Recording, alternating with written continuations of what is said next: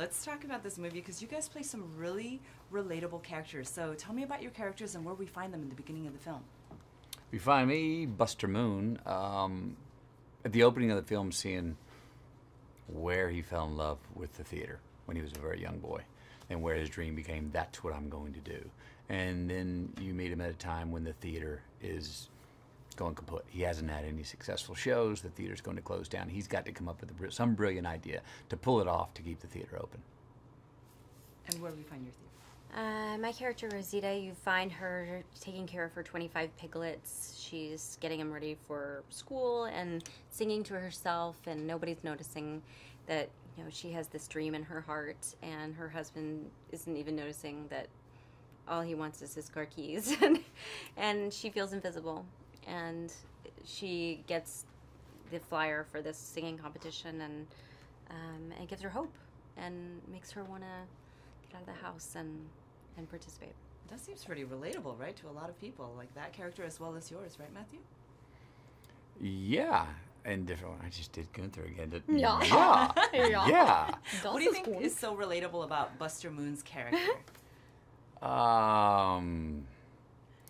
Look, there's a lot of things. I know I've gotten to things done in my life by being delusionally optimistic and just overpowering my obstacles to just go through it and go, no, it's going to happen. It's happening. And yes, the word yes is a great word for getting things done. Even if you don't know, even if the answer is no or maybe, just you can over leverage yourself with yeses, and you got a good chance of getting some things done. And that's what he does. He just, by any means necessary, says, I'm going to keep the theater alive and open and pull this off, with huge stakes against him, which say there's no way that can happen. And he's just like, nope, it's going to happen. This movie, I mean, you guys got to see it over the weekend, and it just seems like it's pure joy, don't you feel? Like, tell me a little bit about the movie, and do you think it's perfect for everyone from, you know, young toddlers, which you both have, to teens, all the way to adults? Yeah, I think the film has great characters that really teenagers can relate to, grandparents can see themselves on film, and I think it's a real joyful experience, and I think it really validates that idea that family is everything. And no matter where you find it, even these group of disparate singers who, for any other reason, would probably never know each other, become a family at the end. It's unanimous in that way.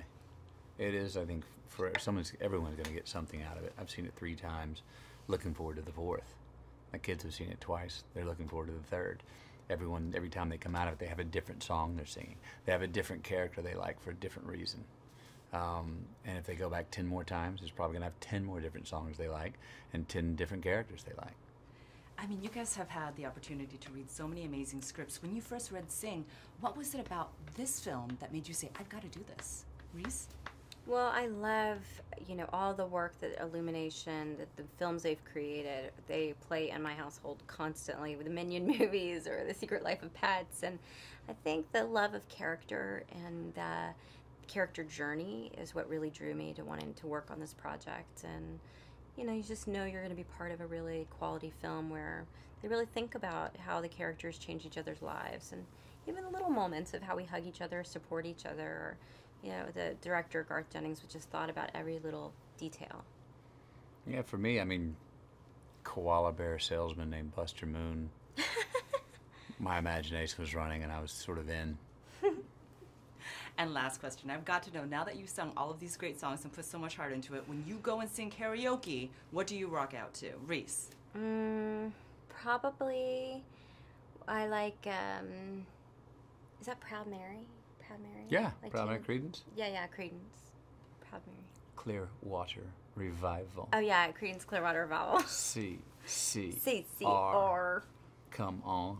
Come on. John Mellencamp, Pink Houses.